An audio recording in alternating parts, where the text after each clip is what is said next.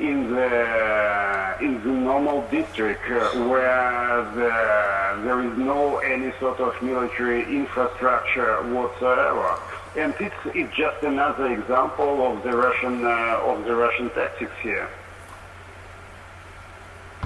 Really good to talk to you, sir. Many thanks indeed for being with us. Pavlo Klimkin, former Ukrainian foreign minister. Let's bring in Andrei Fedorov. He's the former Russian deputy foreign minister. He joins us now via Skype from Moscow. Good to have you with us, sir. I want to get your thoughts, first of all, on this agreement between Russian and Ukrainian negotiators to set up humanitarian corridors and try at least to implement a ceasefire around them. It's quite important because in the number of the regions like Kharkov, like Mariupol, etc., the situation with this situation, humanitarian situation, is very close to critical one, and this can give at least a chance for people to leave the area of military clashes, and it might help also to solve the problems with a number of foreigners who are stranded there, especially in Kharkov. I want to get your thoughts on President Putin's views that a unified Ukraine and Russia is possible. He firmly believes in that. He says that Russians and Ukrainians are one people, even if he says Ukrainians may have...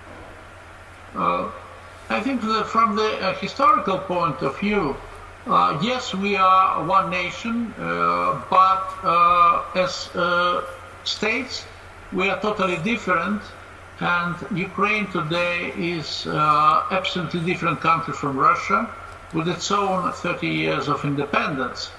And I've been a number of times in Kiev and Ukraine, and last time I was about 1 month ago. And for me, it's still very hard to imagine that life in Ukraine could be the same like in Russia. I mean, the political system, states system, etc. As a diplomat, sir, do you think this war could have been prevented? Did diplomacy fail, and why did diplomacy fail? I think that it was possible to prevent the war. It was possible to agree on certain points, not on all.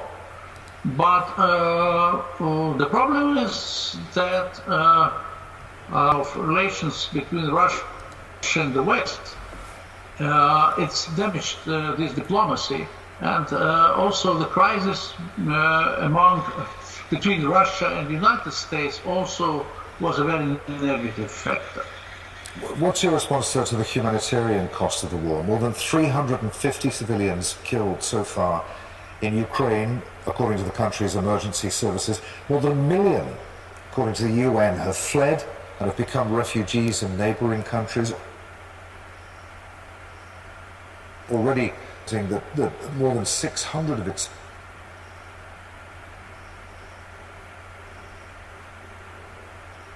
servicemen have died in this conflict.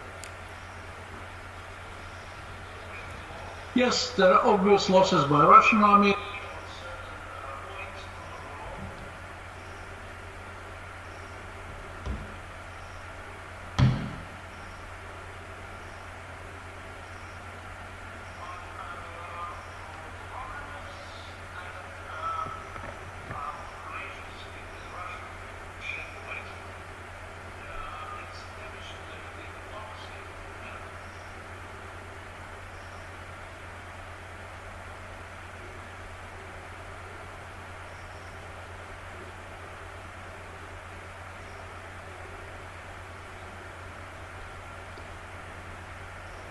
And refugees